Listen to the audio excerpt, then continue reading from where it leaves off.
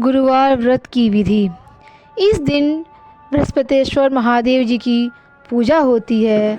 दिन में एक समय ही भोजन करें, पीले वस्त्र धारण करें, पीले पुष्पों को धारण करें। भोजन भी चने की दाल का होना चाहिए, नमक नहीं खाना चाहिए। पीले रंग का फूल, चने की दाल, पीले कपड़े तथा पीले चंदन से पूजा करनी चाहिए और पूजा करने के बाद कथा सुननी चाहिए। इस व्रत को करने से बृहस्पति जी अति प्रसन्न होते हैं तथा धन और विद्या का लाभ होता है। स्त्रियों के लिए यह व्रत अति आवश्यक है। इस व्रत को में केले का पूजन होता है। कथा। प्राचीन समय की बात है। भारत में एक राजा राज्य करता था। वह बड़ा प्रतापी तथा दानी था। वह नित्य प्रति मंदिर में भगवान दर्शन करने जाता था। वह ब्राह्मण और गुरु की सेवा किया करता था। उसके द्वार से कोई भी याचक निराश होकर नहीं लौटता था। वह प्रत्येक गुरुवार को व्रत रखता एवं पूजन करता था।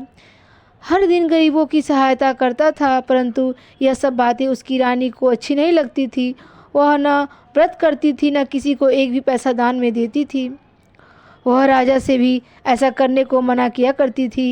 एक समय की बात है, राजा शिकार खेलने वन को चले गए। घर पर रानी और दासी थी। उस समय गुरु बृहस्पति साधु का रूप धारण कर राजा के दरवाजे पर भिक्षा मांगने आए। साधु ने राजा से भिक्षा मांगी तो वह कहने लगी, हे साधु महाराज, मैं इस दान और पुण्य से तंग आ गई हूँ। इस कार्य के लिए तो मेरे पतिदेव ही बहुत हैं। अब आप ऐसी कृपा करें कि सारा धन नष्ट हो जाए तथा मैं आराम से रह सकूं। साधु रूपी बृहस्पति देव ने कहा, हे देवी, तुम बड़ी विचित्र हो। संतान और धन से कोई दुखी नहीं होता, इसको सभी चाहते हैं। पापी भी पुत्र और धन की इच्छा करता है।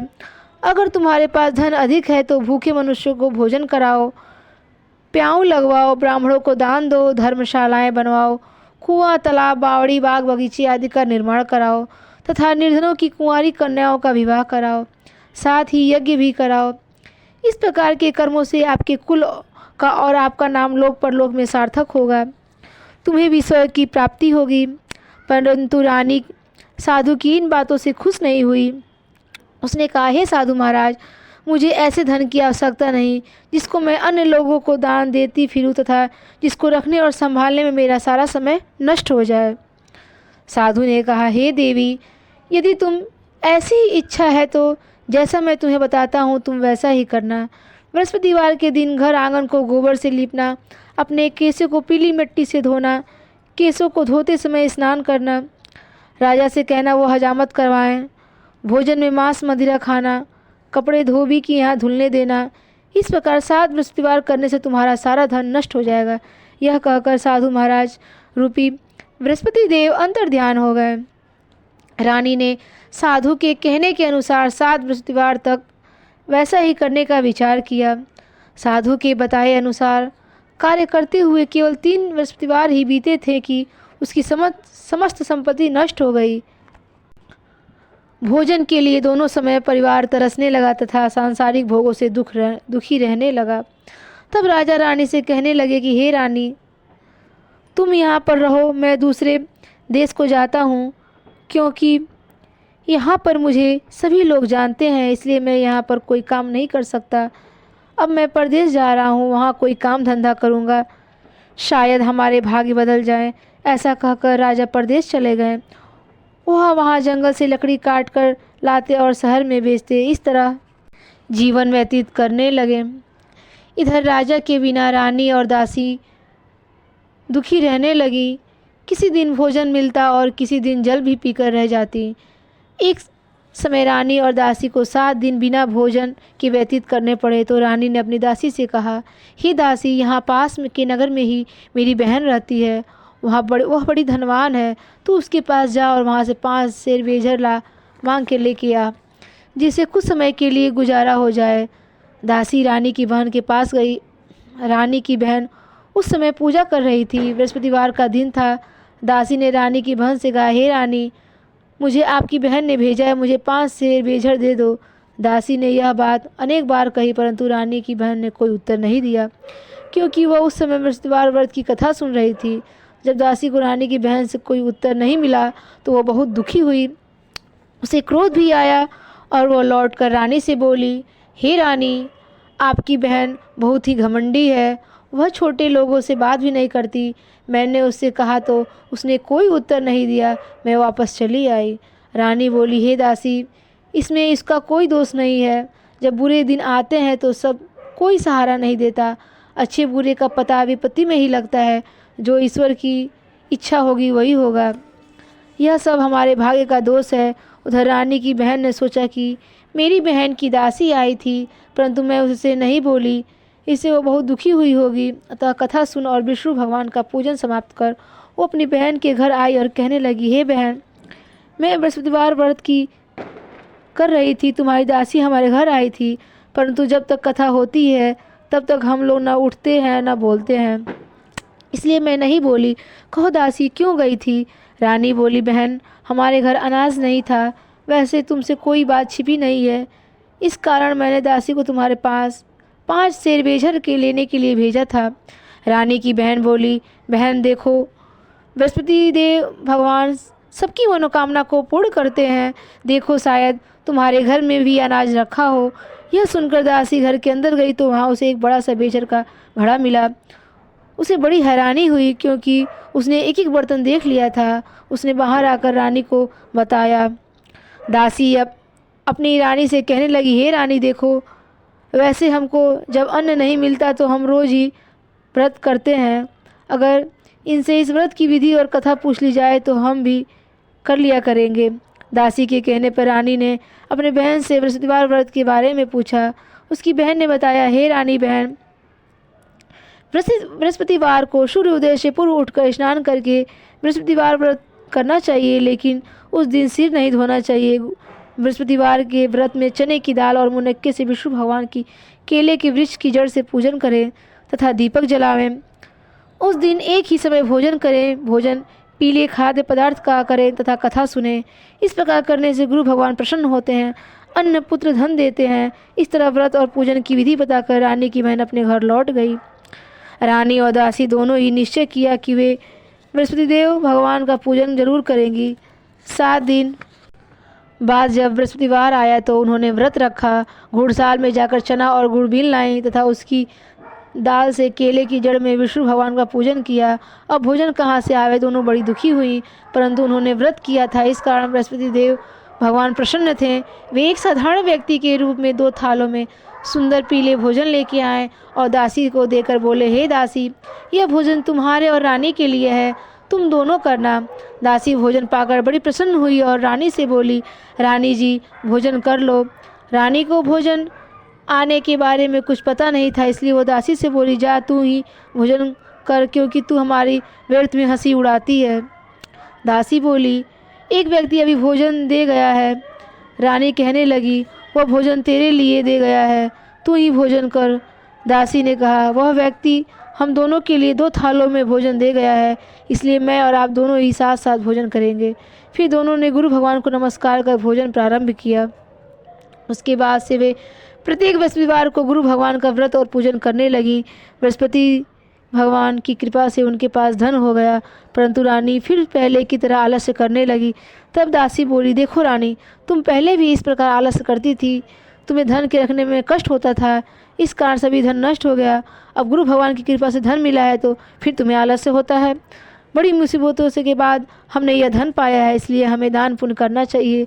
तुम भूखे मनुष्यों को भोजन कराओ, प्याऊ लगाओ, ब्राह्मणों को दान दो, कुआं, तालाब, बावड़ी आदि का निर्माण कराओ, मंदिर, पाठशाला बनवाकर दान दो, कुंवारी कन्याओं का विवाह कराओ, धन को शुभ कार्यों में खर्च करो, जिससे तुम्हारे कुल का यश बढ़े तथा स्वर्ग प्राप्त हो और पितृ भी प्रसन्न हो। दासी की बात मानकर रानी ने इस प्रकार के कर्म करने प्रारंभ किए, जिससे उनका काफ़ी यश फैलने लगा।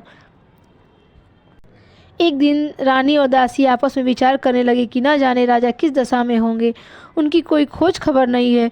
गुरु भगवान से उन्होंने प्रार्थना की और भगवान ने रात्रि में राजा को स्वप्न में कहा, हे राजा उठ, तेरी रानी तुझको याद करती है, अब अपने देश को लौट जा। राजा प्रातः उठकर जंगल से लकड़ियाँ काटकर लाने के लिए जंगल की ओर चल पड़ा। जंगल में गुजरते हुए वह सोचने लगा, रानी की गलती से कितने दुख भोगने पड़े। राजपाट छोड़कर उसे जंगल में जाकर रहना पड़ा। जंगल से लकड़ियाँ काटकर उन्हें बेचकर गुजारा करना पड़ा। उसी समय उस जंगल में बृहस्पति देव एक साधु का रूप धारण कर आए और राजा के पास आकर बोले, हे लकड़हारे, तुम इस सुनसान जंगल में किस चिंता में बैठे हो, मुझे बताओ। यह सुन राजा के नेत्रों में जल भर आया और साधु की वंदना कर बोला, हे प्रभु, आप सब कुछ जानने वाले हैं। इतना कहकर राजा ने साधु को अपनी संपूर्ण कहानी सुना दी। महात्मा तो स्वयं ही दयालु होते हैं। वे राजा से बोले, हे राजा, तुम्हारी पत्नी ने बृहस्पतिवार देव के प्रति अपराध किया था, जिसके कारण तुम्हारी यह दशा हुई। अब तुम इस प्रकार की चिंता मत करो, भगवान तुम्हें पहले से अधिक धन देंगे। देखो, तुम्हारी पत्नी ने बृहस्पतिवार व्रत करना प्रारंभ कर दिया है। अब तुम भी बृहस्पतिवार का व्रत करके चने की दाल व गुड़ और जल को लोटे में डालकर केले के पत्ते से भगवान विष्णु का पूजन करो। फिर कथा सुनो या सुनाओ, भगवान तुम्हारी सब मनोकामना को पूर्ण करेंगे। साधु को प्रसन्न देखकर राजा बोले, हे प्रभु, मुझे लकड़ी बेचकर इतना पैसा नहीं बचता जिससे भोजन करके उपरांत कुछ बचा सकूं। मैंने रात्रि में अपनी रानी को व्याकुल देखा है। मेरे पास कोई साधन नहीं जिससे समाचार जान सकूं।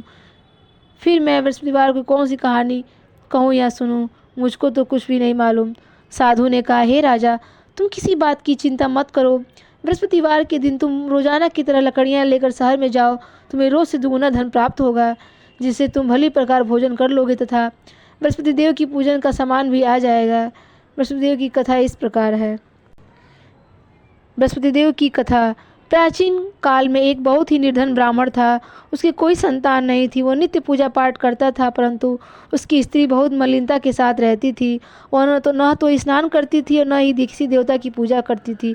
प्रातः काल उठते ही सर्वप्रथम भोजन करती, बाद में कोई अन्य कार्य करती। ब्राह्मण देवता बहुत दुखी रहते थे। पत्नी को बहुत समझाते, किंतु उसका कोई परिणाम न निकलता। भगवान की अनुकंपा से एक समय उस ब्राह्मण की पत्नी गर्भवती हुई और 10वें महीने एक सुंदर कन्या को जन्म दिया।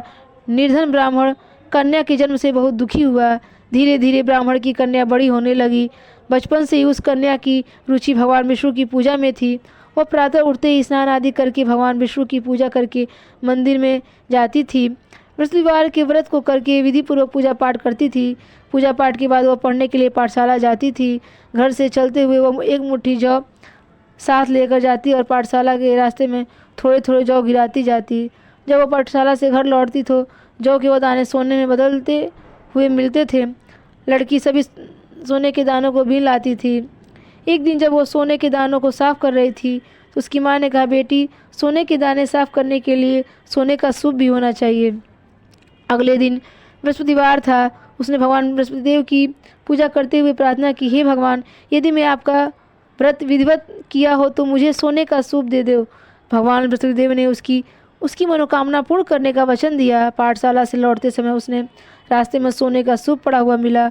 घर लौटकर सोने का सूप अपनी माँ को दिखाकर वह सोने के दाने साफ करने लगी। उसी समय नगर का राजकुमार उसके घर के पास से गुजरा। उस सुंदर लड़की को सोने के सूप में जौ साफ करते देख राजकुमार उस पर मोहित हो गया। महल में लौटकर राजकुमार ने राजा से उस लड़की के विवाह करने की इच्छा प्रकट की तो राजा ने ब्राह्मण को महल में बुलाकर राजकुमार से उसकी लड़की की विवाह की बात कही। ब्राह्मण तैयार हो गया। धूमधाम से उस लड़की का विवाह राजकुमार से हो गया। दुल्हन बनकर ब्राह्मण की लड़की महल में चली गई। लड़की के चले जाने के बाद ब्राह्मण फिर से निर्धन हो गया। उसे कई कई दिन भोजन नहीं मिलता था। बहुत दुखी होकर ब्राह्मण का एक दिन अपनी लड़की के पास गया। अपने पिता से निर्धनता का समाचार सुनकर उसे बहुत सा धन देकर पिता को विदा किया। उस धन से ब्राह्मण के कुछ दिन तो आराम से गुजर गए, लेकिन जल्दी फिर भूख मरने की हालत आ गई। ब्राह्मण अपनी लड़की से धन लेने के लिए फिर महल में पहुंचा। लड़की ने पिता को बुरी हालत देखकर कहा, पिताजी, आखिर आप कब तक मुझसे धन लेकर जीवन यापन करेंगे? आप कोई ऐसा उपाय करो, नहीं क्यों नहीं करते जिससे आपका धन संपत्ति से घर भर जाए। ब्राह्मण ने कहा, मैंने तेरी माँ को बहुत समझा लिया, पर उसकी समझ में कुछ नहीं आता। उसका फूहड़पन नष्ट हो तो घर की निर्धनता भी दूर हो जाए। तब कुछ सोचकर लड़की ने पिता से कहा, पिताजी, आप कुछ दिनों के लिए माँ को मेरे पास छोड़ जाओ। तब कुछ सोचकर ब्राह्मण पत्नी को लड़की के पास महल में छोड़ आया। लड़की ने अपनी माँ से कहा, माँ, तुम कल प्रातः उठकर स्नान आदि करके भगवान बृहस्पतिदेव की पूजा अवश्य करना। पूजा करने से तुम्हारी निर्धनता अवश्य दूर हो जाएगी। लेकिन उसकी माँ ने उसकी कोई बात नहीं मानी। तब क्रोधित होकर लड़की ने अपनी माँ को एक रूम में बंद कर दिया। सूर्योदय के समय माँ को उठाकर जबरदस्ती उसे स्नान कराया और फिर मंदिर में ले आकर भगवान वसुदेव की पूजा कराई। कुछ दिनों तक ऐसा करने से माँ की बुद्धि में परिवर्तन हुआ और वह स्वयं बृहस्पतिवार का व्रत करने रखने लग गई। उसके व्रत करने से ब्राह्मण के घर में भगवान विष्णु की अनुकंपा से धन की वर्षा होने लगी। दोनों पति पत्नी धन संपत्ति पाकर आनंद पूर्वक जीवन यापन करते हुए विष्णु भगवान के धाम को चले गए। लकड़हारा बने राजा ने उस साधु से भगवान वसुदेव की यह कथा सुनकर बृहस्पतिवार का व्रत करके भगवान विष्णु की पूजा की। उस दिन से उसके सभी कलेश दूर हो गए। लेकिन अगले बृहस्पतिवार को कामकाज में अधिक व्यस्त होने के कारण उसने भगवान वसुदेव की व्रत नहीं किया। भगवान वसुदेव लकड़हारे से क्रोधित हो गए और उसे भूल की सजा दी। उस दिन नगर के राजा ने नगर में घोषणा करके सबको सूचित किया, प्रत्येक नागरिक मेरे महल में भोजन करने आए, जो नहीं आएगा उसे अपराधी मानकर भारी दंड दिया जाएगा। लकड़हारा बड़े राजा ने उस नगर के राजा की घोषणा तो सुनी, लेकिन जंगल से लकड़ी काटकर लाने और बेचने के देर हो जाने के कारण वह समय पर महल में भोजन करने नहीं जा सका। अतः राजा के सैनिक लकड़हारे को पकड़कर महल में ले गए। राजा ने उसे महल के एक कक्ष में बैठाकर भोजन कराया। उस कक्ष में एक खूंटी पर रानी का सोने का हार टंगा हुआ था। लकड़हारा अकेला उस कक्ष में भोजन कर रहा था। तभी उसने एक आश्चर्यजनक घटना घटती देखी। देखते ही देखते वो खूंटी से हार गायब हो गया। थोड़ी देर बाद राजा ने हार को गायब देखा तो लकड़हारे को कारावास में डलवा दिया। लकड़हारा मन ही मन अपने भाग्य को कोसने लगा। तभी उसे जंगल में मिले साधु का स्मरण हो गया। थोड़ी देर में भगवान वसुदेव सन्यासी के रूप में उसके सामने प्रकट हुए और कहे, हे लकड़हारे, तूने भगवान वसुदेव की पूजा नहीं की, इसी कारण तुम्हें कष्ट हुआ है। लेकिन अब चिंता मत करो, बृहस्पतिवार के दिन कारागार के दरवाजे पर तुम्हें कुछ पैसे पड़े हुए मिलेंगे। उन पैसों से भगवान बृहस्पतिदेव की व्रत करके उनकी पूजा करोगे तो तुम्हें सब दुख नष्ट हो जाएगा। बृहस्पतिवार के दिन दरवाजे पर मिले पैसों से चने और गुड़ मंगवाकर लकड़हारे ने बृहस्पतिवार की कथा कही तो भगवान बृहस्पतिदेव ने प्रसन्न होकर उस नगर के राजा को स्वप्न में लकड़हारे को कारागार से मुक्त करने को कहा। सुबह राजा ने अपने कक्ष में आकर देखा तो खूंटी पर रानी का हार टंगा हुआ था। राजा ने लकड़हारे को मुक्त कर दिया और उसे धन और आभूषण देकर विदा किया। लकड़हारा बना राजा उस नगर से चलकर अपने नगर में पहुंचा तो उस नगर में कुएं, धर्मशाला, बाग बगीचे देखकर बहुत प्रसन्न हुआ। राजा ने किसी से पूछा, ये कुएं, धर्मशाला किसने बनवाई है? सबने उसे बताया कि ये सब रानी और उसकी दासी ने बनवाए हैं। राजा महल में पहुंचा तो रानी ने उसका भव्य स्वागत किया। तब राजा ने निश्चय किया कि सप्ताह में एक बार तो बृहस्पतिदेव का व्रत तथा पूजन करते हैं, परंतु मैं प्रतिदिन व्रत किया करूँगा तथा दिन में 3 बार कथा कहा करूँगा। तब राजा हर समय दुसाले में चने की दाल बांधे रहता था। दिन में 3 बार बृहस्पतिदेव की कथा कहता। कुछ दिनों के बाद राजा को अपनी बहन की याद आई। एक दिन घोड़े पर सवार होकर राजा अपनी बहन से मिलने चल दिया। अभी राजा नगर में बाहर पहुंचा ही था कि उसने कुछ लोगों को एक शव को ले जाते हुए देखा। राजा को स्मरण आया कि आज उसने किसी को बृहस्पतिवार की कथा नहीं सुनाई है। राजा ने उस लोगों को रोककर कहा, भाइयों, आप शव को ले जाने से पहले मुझसे बृहस्पतिवार की कथा सुन लो। लोगों ने राजा को क्रोधित होकर कहा, तुम पागल तो नहीं हो? लेकिन कुछ बड़े बूढ़े लोगों ने कहा, अच्छा भाई, साथ में चलते चलते तुम अपनी कथा भी सुना लो। राजा ने चलते हुए आधी कथा ही सुनाई थी कि शव हिलने लगा। राजा की पूरी कथा सुनते ही शव उठकर बैठ गया। लोगों ने हैरानी से दांतों तले इंगली दबाई और अगले बृहस्पतिवार से भगवान बृहस्पतिदेव का व्रत करने तथा कथा सुनने का निश्चय कर लिया। अब घोड़े पर सवार राजा चलते हुए एक किसान के पास पहुंचा। किसान अपने खेत में हल चला रहा था। राजा ने कहा, अरे भाई, मुझसे बृहस्पतिवार व्रत की कथा सुन लो। किसान गुस्साते हुए बोला, अरे भाई, देख नहीं रहे कितनी देर तक तुम्हारी कथा सुनूंगा? उतनी देर में तो मैं पूरे खेत में हल चला लूँगा। राजा निराश होकर चलने लगा। तभी किसान के बैल लड़खड़ाकर ज़मीन पर गिर पड़े। किसान के पेट में भी जोरों से दर्द होने लगा। उस किसान की पत्नी जब खाना लेकर आई तो उसने किसान से इस बारे में पूछा।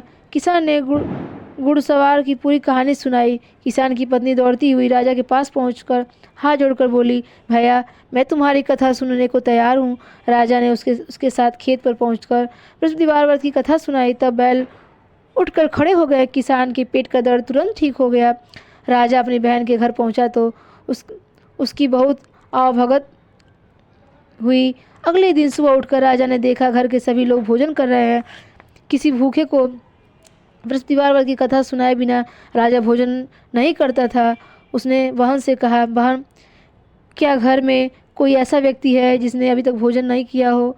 उसकी बहन बोली, भैया हमारे घर में तो क्या आपको दूर नगर में कोई ऐसा व्यक्ति नहीं मिलेगा जिसने सुबह सुबह भोजन नहीं किया हो। तब राजा ने बहन के घर से निकलकर उस नगर में बिना भोजन किए व्यक्ति की तलाश की। एक गरेड़िए के घर में उसका बेटा बीमार होने के कारण भूखा रह गया था। राजा ने उसको जाकर बृहस्पतिवार व्रत की कथा सुनाई। कथा सुनते सुनते गरेड़िए का बीमार बेटा बिल्कुल ठीक हो गया। सबने राजा की बहुत प्रशंसा की। एक दिन राजा ने अपनी बहन से कहा, बहन अब हम अपने घर जाना चाहते हैं, तुम भी हमारे साथ चलो, कुछ दिन वहाँ रहकर लौट आना। राजा की बहन ने अपनी सास से पूछा तो सास ने ताने देते हुए कहा, बहू मायके जाना तो अकेली जाना, मेरे पोते को नहीं ले जाना। तुम्हारे भाई की कोई संतान नहीं है, कहीं तुम्हारी भाभी मेरे पोते पर कुछ जादू टोना न कर दे। दूसरे कक्ष में बहन की सास की बातें सुनकर राजा दुखी मन में अकेला ही अपने नगर को लौट आया। रानी ने राजा से कहा, आप तो अपनी बहन को साथ लाने की बात कहकर गए थे, फिर बहन के साथ क्यों नहीं आए? तब राजा ने दुखी होते हुए, रानी हम निसंतान हैं इसलिए कोई हमारे घर आना पसंद नहीं करता। रानी ने राजा को समझाया, हे प्राणनाथ, हमें बृहस्पति देव ने सब कुछ दिया है, अब भगवान बृहस्पति देव हमें संतान भी अवश्य देंगे। बृहस्पतिवार को विधिवत व्रत करते हुए रानी राजा ने भगवान बृहस्पति देव से संतान के लिए प्रार्थना की। कुछ दिनों के बाद उन्होंने स्वप्न में दर्शन देते हुए कहा, हे राजन, तेरी मनोकामना अवश्य पूरी होगी। एक सप्ताह के बाद रानी गर्भवती हो गई। 10वें महीने रानी ने एक सुंदर पुत्र को जन्म दिया। राजा रानी जीवन पर्यंत बृहस्पतिवार व्रत करते रहे। उनके घर में धन की वर्षा होती रही। इस तरह आनंदपूर्वक जीवन यापन करते हुए राजा रानी भगवान बृहस्पतिदेव की अनुकंपा से मोक्ष को प्राप्त करके सीधे बैकुंठ धाम पहुँच गए। बृहस्पतिवार व्रत को विधिवत व्रत करके जो स्त्री पुरुष भगवान विष्णु की पूजा करते हैं, भगवान उनकी सभी मनोकामनाओं को पूर्ण करते हैं। यह कथा आपको कैसी लगी कमेंट करके ज़रूर बताएं और हमारे चैनल पर नए हैं तो प्लीज़ लाइक और सब्सक्राइब करें।